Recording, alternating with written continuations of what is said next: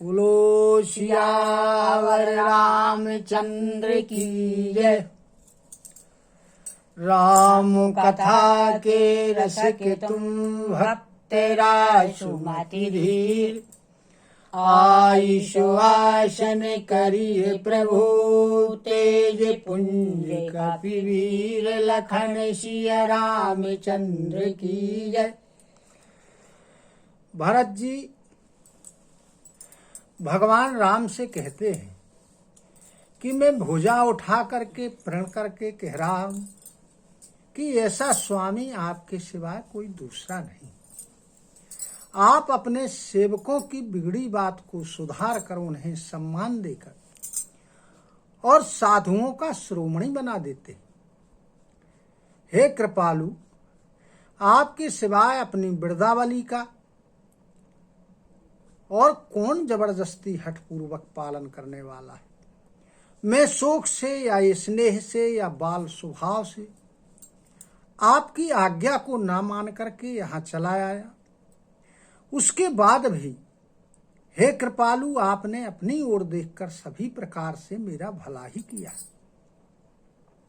यहाँ आकर के मैंने आपके सुंदर मंगलों के मूल चरण कमलों का दर्शन किया और यह जान लिया कि स्वामी स्वाभाविक रूप से मेरे अनुकूल है। इस समाज में मैंने अपने को भाग्यशाली देखा कि इतनी बड़ी चूक होने पर भी मेरे स्वामी का मुझ पर कितना स्नेह है। आपने मुझ पर बड़ी कृपा की, बड़ा अनुग्रह किया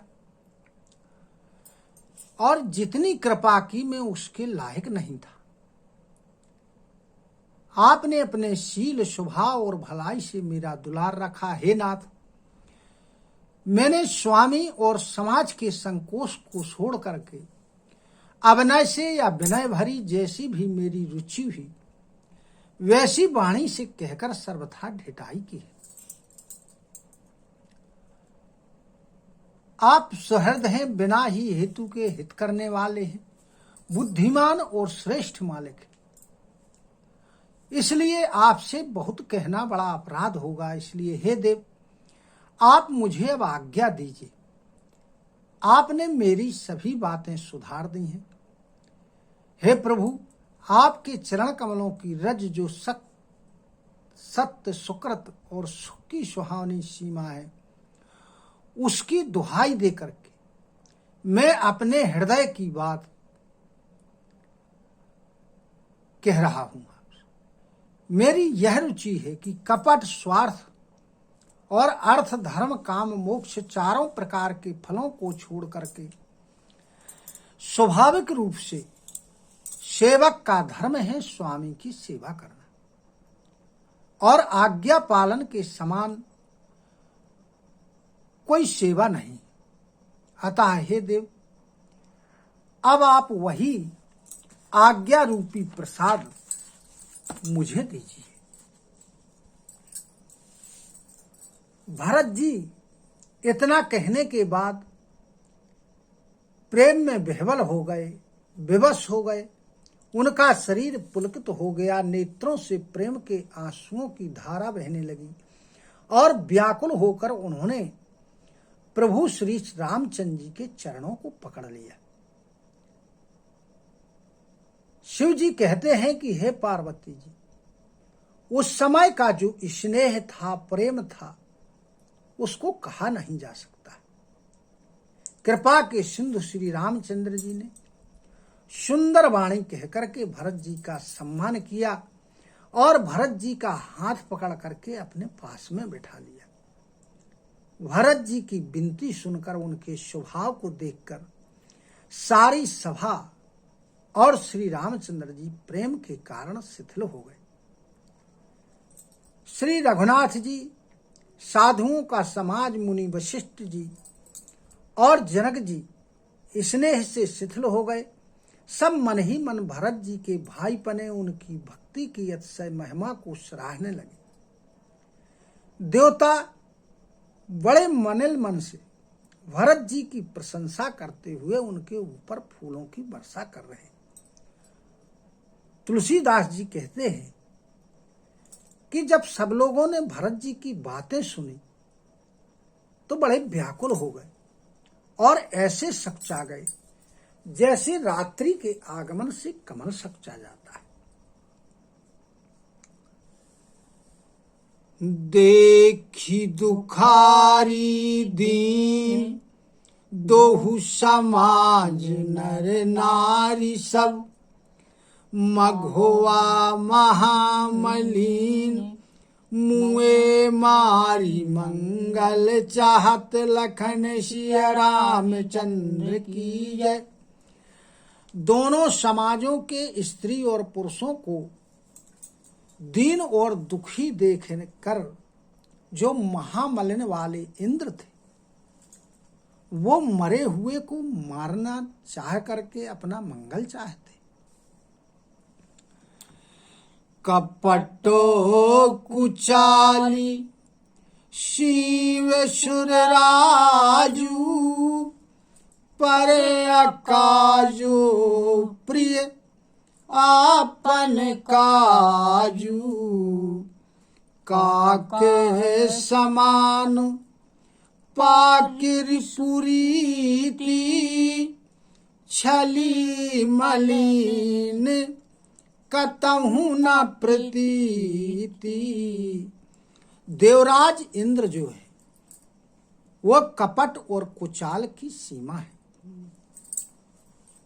उन्हें पराई हानि और अपना लाभ प्रिय है कि दूसरों का नुकसान हो जाए लेकिन हमें लाभ हो जाए। इंद्र की जो रीति है वो कौवे के समान है। वह छली है, कपटी है, मलिन मन वाले हैं और उनका किसी के ऊपर विश्वास नहीं। प्रथमो कुमत करी कपटु संकेला, सो चाटू सब के सिर मेला, सुर माया सब लोग विमोहे, रामो प्रेमोवती सैना बिछोहे। पहले तो क्या किया इंद्र ने कि बुरा विचार किया और बुरा विचार करके कपट को समेटा और फिर वह कपट रूपी उचाट सबके सिरों पर डाल दिया। फिर देव माया से सब लोगों को मोहित कर दिया इंद्र ने। लेकिन भगवान श्री रामचंद्र जी के प्रेम के कारण उनका अधिक बिछोह नहीं हुआ। भगवान राम के ऊपर उन लोगों का प्रेम बना रहा। भय उचाट बस मन थिर नाही, छन बन रुचि छन सदनो सुहाही, दुविधो मनोगति प्रजा दुखारी, सरते सिंधु संगम जनवारी। अब क्या था कि लोगों को भय भी था और इंद्र की देव माया के कारण उचाट भी था, जिसके कारण उनका मन स्थिर नहीं हो रहा है। दो तरफा चल रहा है। एक तरफ तो उनको वन अच्छा लग रहा है और दूसरी तरफ उनको घर अच्छा लग रहा है। इस प्रकार जब दुविधा में लोग फंस गए, दो तरफा विचार हो गया और उनका मन दो तरफा होने के कारण दुखी हो गया। किस प्रकार दुखी हो गया? मन चंचल हो गया, इधर जाता है उधर जाता है।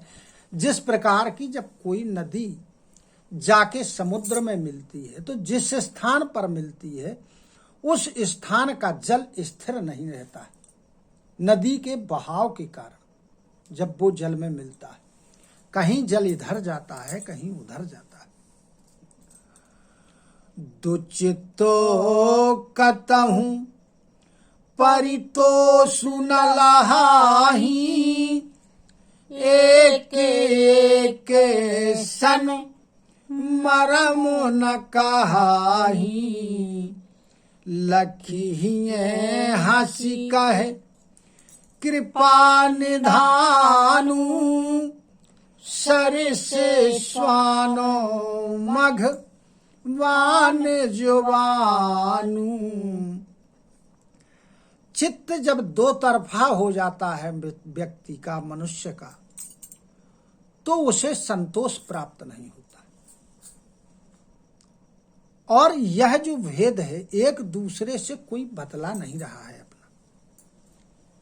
जब भगवान श्री रामचंद्र जी ने लोगों की यह दशा देखी तो वे हृदय में हंसने लगे और कहने लगे कि कुत्ता, इंद्र और नवयुवक एक सरीखे स्वभाव के होते हैं।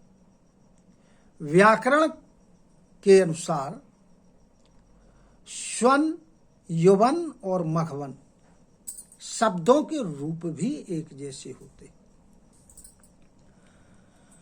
भरत जनक मुनि जन सचिव साधु सचेत विहाई लागी देव माया सवहि जथा जोग जनु पाई लखन सिया रामचंद्र की जय।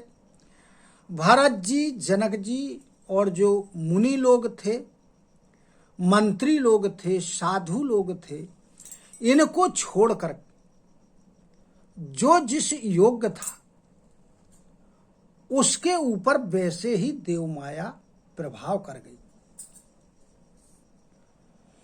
कृपा सिंधु लगी लोग दुखारे निज स्नेह सुर पति छल भारे सभा राउ गुर महिषोर मंत्री भरत भगति सब के मति मंत्री।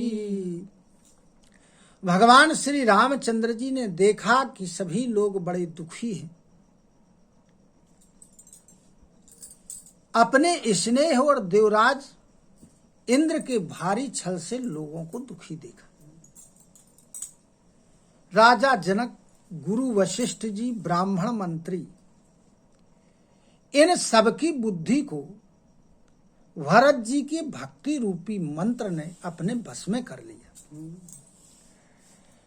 राम ही चितवत चित्र लिखे से सकुचत बोलत बचन सिखे से भरत प्रीति नित विनय बड़ाई सुनत सुखद वर नत कठिनाई। अब सब लोग चित्र लिखे से हैं और श्री रामचंद्र जी की तरफ सब देख रहे, सपचाते हुए, सिखाए हुए से वचन कहते। भरत प्रीति नति विनय बढ़ाई। भरत जी की जो प्रीति है, नम्रता है, विनय है, बढ़ाई है, सुनने में तो बड़ा सुख देने वाली, लेकिन उसका वर्णन करने में बड़ी कठिनाई है। उसका वर्णन नहीं किया जा सकता है। जासु विलोकी भगति लवलेसु प्रेम मगनो मुनि गण मिथिलेसु महिमा तासु कहे किमि तुलसी भगति सुभाए सुमत ही होलसी। जिनकी भक्ति का थोड़ा सा हिस्सा लवलेश मात्र देख करके मुनिगण और विदेह राज जनक जी प्रेम में मग्न हो गए। ऐसे भरत जी की महिमा को तुलसीदास जी कैसे कहें। उनकी भक्ति और सुंदर भाव से कवि के हृदय में सुंदर बुद्धि हुलस रही है। आपू छोटी महिमा बढ़ जानी, कवि कुल मकानी मानी सकुचानी, कही ना सकति गुण रुचि अधिकाई, मति गति बालो वचन की नाई। परंतु वह जो बुद्धि है यानी कवि की बुद्धि है वह छोटी है तुलसीदास जी, और भरत जी की जो महिमा है वो है बहुत बड़ी है। ऐसी बड़ी महिमा को देखकर और कवियों की जो परंपरा की मर्यादा है उसको मानकर कवि की बुद्धि सकुचा गई, यानी तुलसीदास जी की बुद्धि संकुचित हो गई। उसकी जो बुद्धि है गुणों की तो रुचि उसको बहुत है कवि को, लेकिन उनकी बुद्धि कह नहीं पा रही है। और जो बुद्धि की उस समय गति है, स्थिति है, वो बालक की तरह हो गई। भरत विमल जसु विमल विधु, सुमति चकोर कुमारी, उदित विमल जन हृदय नभ, एक टक रही निहारी, लखन सिया रामचंद्र की जय। अब जो भरत जी का यश है वो निर्मल चंद्रमा के समान है, और जो कवि की बुद्धि है वो चकोरी की तरह है। जो भक्तों के हृदय रूपी निर्मल आकाश में, यानी भक्तों का जो हृदय है वो निर्मल आकाश की तरह है, और जब वो बुद्धि उस निर्मल आकाश में भक्तों के हृदय में उस चंद्रमा को देखता है तो उसकी ओर टकटकी लगाए देखते ही रह जाती है वह बुद्धि। किस प्रकार से? जिस प्रकार से चकोरी चंद्रमा को देखती है उसी प्रकार बुद्धि चलती है। बोलो सियावर रामचंद्र की जय। कथा विसर्जन होते हैं सुनहु वीर हनुमान, जो जन यहाँ से आए हो सोता करऊ पयान। श्रोता सब आश्रम गए शंभु गए कैलाश, रामायण मम हृदय में सदा करहु तुम वास। लखन सिया रामचंद्र की जय। उमापति महादेव की जय। पवन सुत हनुमान की जय। गुरु गोविंद की जय हो। जय जय सीताराम जय जय राधे श्याम। नमः पार्वती पते हर हर हर महादेव।